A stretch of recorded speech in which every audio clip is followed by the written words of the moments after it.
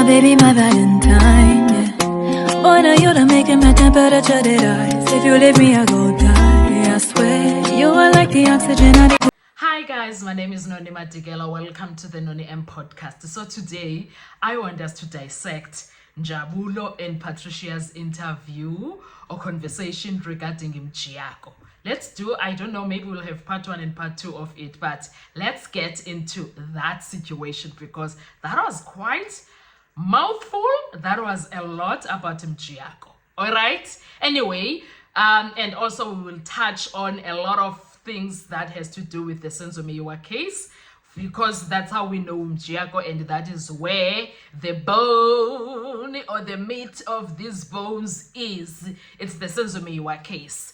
But before we do that, guys, please make sure you do not forget to like, to share, to comment, and most importantly, please make sure you are subscribed on the channel. Please make sure you are watching the videos up until the end and you are watching the ads that are coming through. When you are doing that, you are supporting this channel financially and in numbers, and I thank you so much for supporting my channel. It's on 12,000 subscribers. It's all because of you. Guys, please make sure, don't be shy to become members of the channel, and also please make sure you do not forget to subscribe.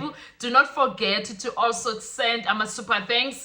Don't be shy with that one too. Thank you so much. Anyway, now let's get into the conversation of Usis Patricia and Njabulo Gaza Nation. Guys, that was a very interesting and eye-opening conversation. Okay, yes, it was. Now, Njabulo is talking about, okay, first of all, I like what Njabs does there. He goes into it, before going into the deep ocean of it all, he starts by saying, you know what, he's clarifying a lot of things when it comes to Mr. Mjiyako, Mr. Ntokozo Mjiyako. He doesn't know him personally. He uses dark web, uses Google, using all other search engines to find information, data places where he can collect his information from. That's what he gave us. The other thing that was quite interesting is that Mjiyako, you remember that to suspect even back in last year, if it was last year or the 2023, I don't remember. I think it was last year when she used to do this sort of conversations with me. There was this thing about Mjiyako being perhaps not a South African. No, Dominic Mjiyako is a South African according to knowledge Ganjabs. That's what he says. He says, no, according to my knowledge, he changed his surname from Dladla to Mjiyako. Perhaps it's his father's situation. Maybe Dladla was his mama and Mjiyako is his father. Who knows? Perhaps that's the situation. And now he is a South African according to her, but according to him, Njabulo. Now the interesting part is that Njabulo tells us that Mjiyako, number one, in 2020, he was an employee of City of Johannesburg. The question rises now, how can then be I believe, I could be wrong, he did not say he was a legal advisor, but he said he was an advisor. So chances are he was a legal advisor. I'm not sure. I want to believe so.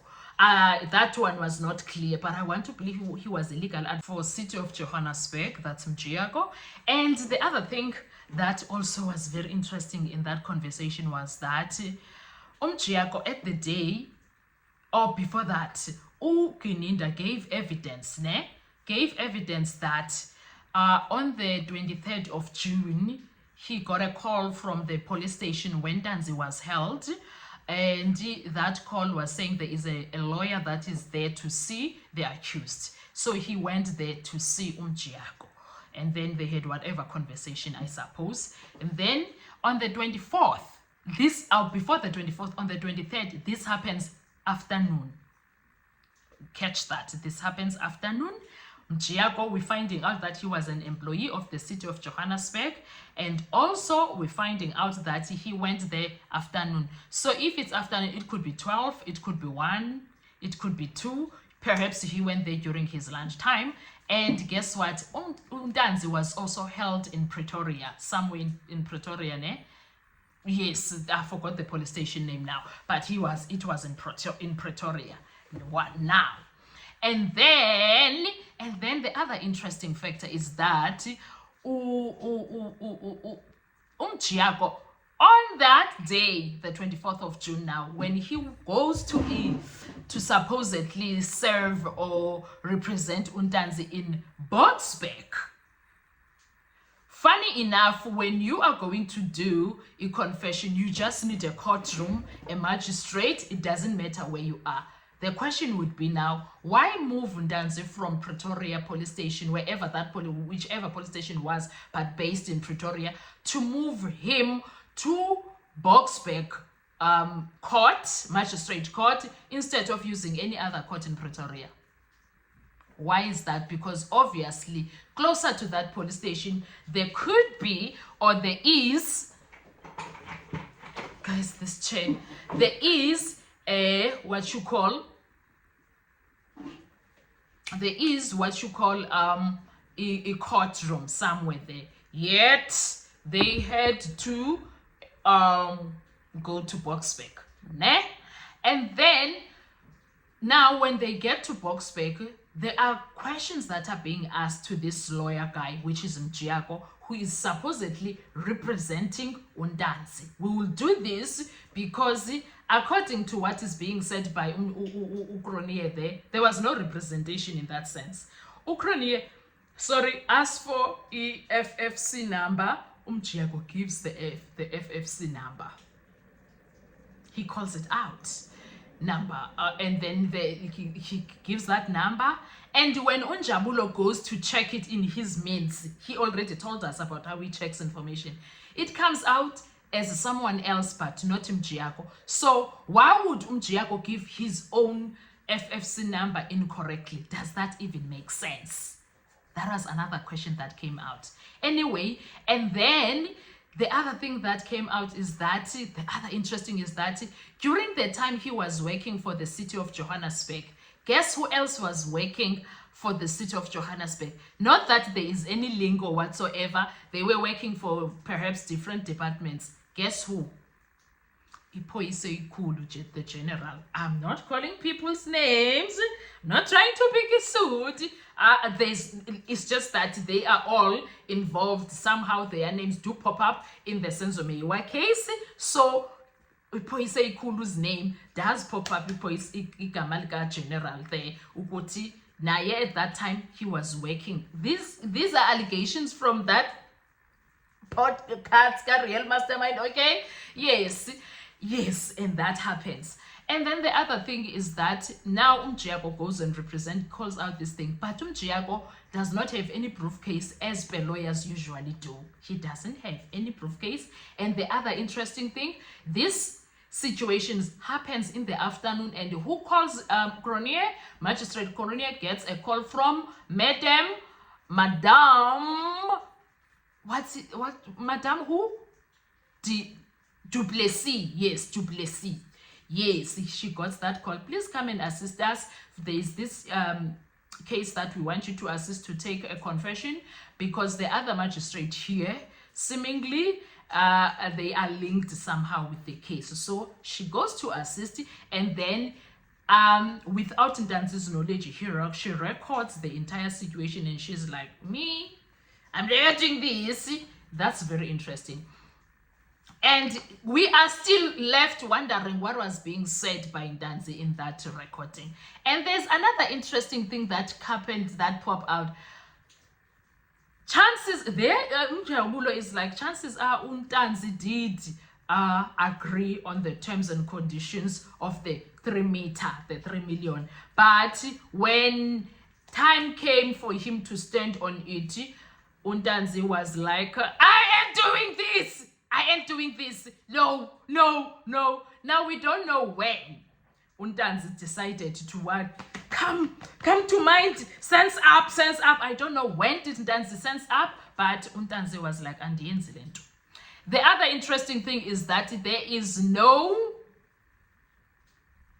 bargaining deal for Ntanzi, because if Ntanzi did this and agreed on it, the way there was terms and conditions, why is there nothing that says, and then Ntanzi was sentenced to 20 years, 15 years, whatsoever, and then now he is a section 204 witness for the state? That never happened. No one is talking about that. That information is out. Maybe one day we will find out about it. But that's what's happening. So the question is, if Mjiyako was working for City of Johannesburg in 2020, how did he go about represent Undanzi? And then apparently during the times he was doing these representations for Undanzi, they normally happened in the afternoon, and at some point he was sending people that were also not in good regular standing with the Dontonoff lawyers, but they were busy doing that. So there's a lot of questionable things that were happening there, not just about not just about Mjiyako, but a lot of processes that were broken there. And then there is this thing, Yoguti, chances are Undanzi did agree to the 3 million whatever bribery Ndanzi says that happened. It's just that akazanga vumi. Allegedly, he might have said yes, but something knocked the damn sense in his head and like, wait, these people are not to be trusted. If you do this, uyonyanyi. So silapho ke sana, and basa kuningi guys, they are saying a lot. I'm gonna come back with another video telling you ukuthi bathini ke FFC number and further on Mjiyako and stuff. But chances are, when it comes to that, then le confession lena, it doesn't exist ke if yenziwe ngumjiyako who was not a lawyer, who didn't have an FFC number. A confession, I exist. Sizoitata from here on our next video. I'll see you when we do our next video. Thank you so much. Enjoy your day. Bye-bye. Survive, I'll be on.